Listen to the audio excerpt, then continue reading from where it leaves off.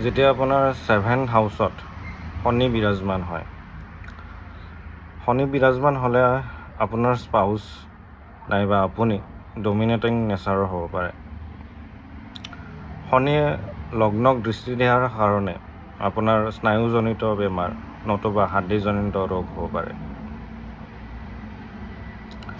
আৰু আপুনি যদি কিবা বেয়া কৰ্ম কৰিছে, শনিয়ে কিন্তু আপোনাক ডাইৰেক্ট লগ্নক দৃষ্টি দি থকাৰ কাৰণে আপোনাৰ কিন্তু ক্ষতি সাধন কৰিব। এক হিচাপে এইটো পজিশ্যন ভাল, কিন্তু এক হিচাপে বেয়া, কাৰণ আপুনি যদি বেয়া কৰ্ম কৰিছে এই পজিশ্যনটোৱে আপোনাৰ জীৱনত কিন্তু বহুত সমস্যাৰ সৃষ্টি কৰে।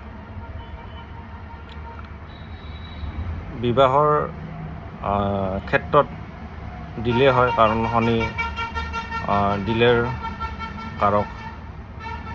আৰু আপুনি আপোনাৰ বয়সত বিবাহত আবদ্ধ হ'লে ভাল হয়।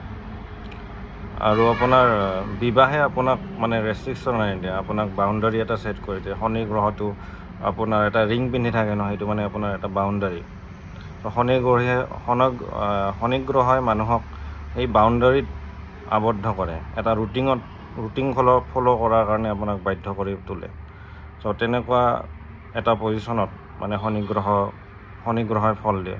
তাৰে ওপৰত আপোনাৰ ৰিজাল্টটো বেলেগ বেলেগ হ'ব পাৰে। যদি ৰাশি, শত্ৰু ৰাশি, মিত্ৰ ৰাশি বা স্বৰাশিত যদি আছে বা উচ্চ হৈ যদি শনি গ্ৰহ বহি থাকে, তেতিয়া ৰিজাল্টটো কিন্তু অলপ ইফাল সিফাল হৈ থাকিব, বা বেয়া হ'ব পাৰে, ভাল হ'ব পাৰে। বা কোনো গ্ৰহৰ দ্বাৰা যদি পীড়িত অৱস্থাত আছে, কোনো গ্ৰহৰ দৃষ্টি আছে, তেতিয়া শনি গ্ৰহৰ ফলটো বেয়া হ'ব পাৰে। চ' তেনেকৈ আমি জাজমেণ্ট কৰিব লাগিব, বা কোনটো নক্ষত্ৰত শনি গ্ৰহটো বহি আছে, শত্ৰু নক্ষত্ৰত আছে নে মিত্ৰ নক্ষত্ৰত আছে, তেনেকৈও চাব লাগিব।